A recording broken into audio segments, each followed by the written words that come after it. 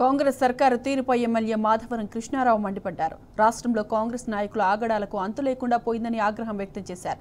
బోరబండలోని BRC minority cell అధ్యక్షుడు సర్దార్ 75 గజాలలో ఇల్లు నిర్మించుకుంటే దానిని స్థానిక కార్పొరేటర్ జీహెచ్ఎంసీ అధికారులను అడ్డం పెట్టుకుని వ్యక్తిగతంగా టార్గెట్ చేశాడని నిప్పులు చెరిగారు.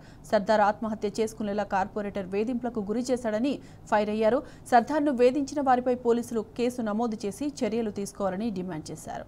బోరబండలో జరిగినటువంటి ఒక మైనార్టీ టీఆర్ఎస్ పార్టీ మైనార్టీ అధ్యక్షులు నిరుపేద బిడ్డ 50 గజాలలో ఇల్లు కట్టుకుంటూ ఉంటే కాంగ్రెస్ సంబంధించినటువంటి వాళ్ళు, విచిత్రం ఏంటంటే పాత కాంగ్రెస్ సంబంధించినటువంటి వాళ్ళు ఎవరు కూడా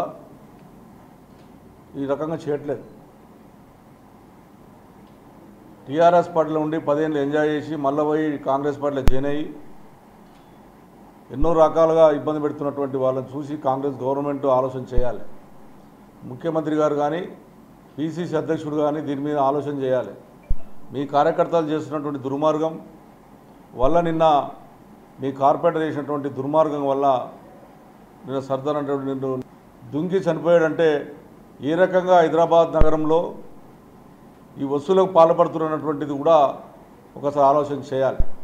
18 నెలలైంది ఇప్పటికీ కాంగ్రెస్ పార్టీ పరిపాలన వచ్చి హైదరాబాద్ నగరానికి కనీసం ఒక పైసా పని చేయకుండా ప్రజలను వేధించి హైదరాబాద్ నగరంలో ఉన్నటువంటి శ్రీలింగంపల్లిలో ఉన్నటువంటి అయ్యప్ప సొసైటీ 6, 7, 8 ఫ్లోర్ పోతే జీరో పర్మిషన్.